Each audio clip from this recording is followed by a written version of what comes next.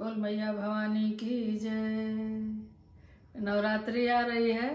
और नवरात्रि के गाने भजन बढ़िया बढ़िया पढ़ रहे हैं, जैसा लगेगा कमेंट करिएगा आप लोग। अरे जलने लागी ज्योति मैया के भवनमा, जलने लागी ज्योति मैया के भवनमा, मैया के भवनमा हो देवी के भवनमा, जलने लागी ज्योति मैया के भवनमा, जलने लागी ज्योति देवी के भवनमा, ज्योति जलाने हो रामा जी आए, ज्योति जलाने हो रामा जी आए, सीता जी आई है संगवा, जलने लागी ज्योति मैया के भवनवा, जलन लागी ज्योति देवी के भवनवा, ज्योति जलाने हो विष्णु जी आए, ज्योति जलाने हो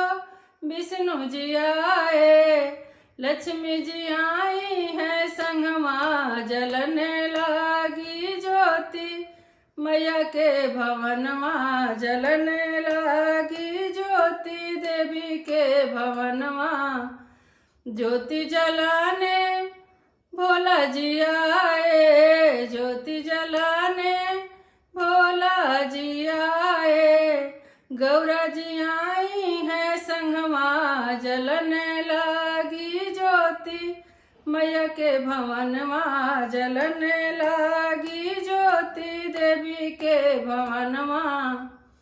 ज्योति जलाने कान्हा जी आए, ज्योति जलाने कान्हा जी आए, राधा जी आई है संगमा, जलने लागी ज्योति मैया के भवनमा, जलन लागी ज्योति देवी के भवनमा, ज्योति जलाने संतों है आए, ज्योति जलाने संत हैं आए, अरे भक्तों हैं आए हैं संगमा, जलने लागी ज्योति मैया के भवनमा,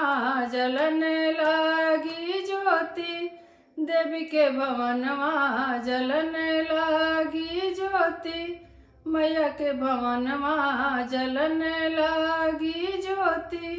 देवी के भवनमा।